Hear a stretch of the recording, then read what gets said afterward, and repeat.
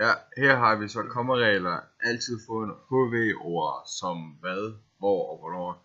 Nu har jeg her et eksempel. Jeg ved ikke hvem. Så sætter man altså hvem der kommer, så sætter jeg komma foran hvem.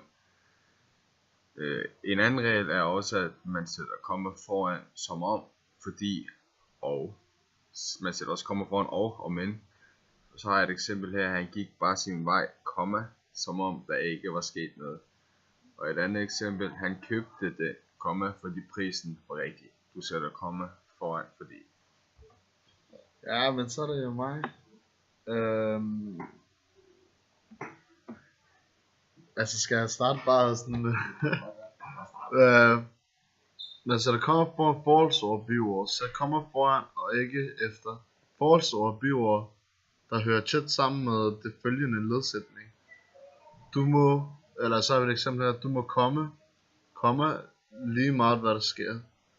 Og så er vi den en næsten hver gang man kritiserer ham, giver han sig til at græde. Nogle gange græder han altså ikke. Fuck. Nå, han græder næsten hver gang. Eller han græder komma næsten hver gang man kritiserer ham. Og så er det dig, Simon. Nej, Simon. Fuck, det var noget lort det. Noget der var fandme.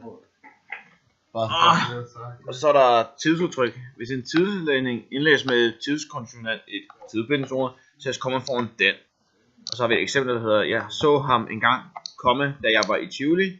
Vi skal møde dem i aften, komme, når vi er i byen. Jeg er blevet mere rolig nu, komme, hvor jeg er blevet voksen. Det er ligesom, hvor du sætter komme foran, når du snakker om, hvor du skal hen i tid. Og så også andet eksempel, vi må se en dag, komme, mens det er sommer. Men hvis der ikke er tidskonsonant, kan du enten sætte komma før eller efter et tidsvariabel, altså ved sætningerne. Noget du skal passe på er at komme foran at og som.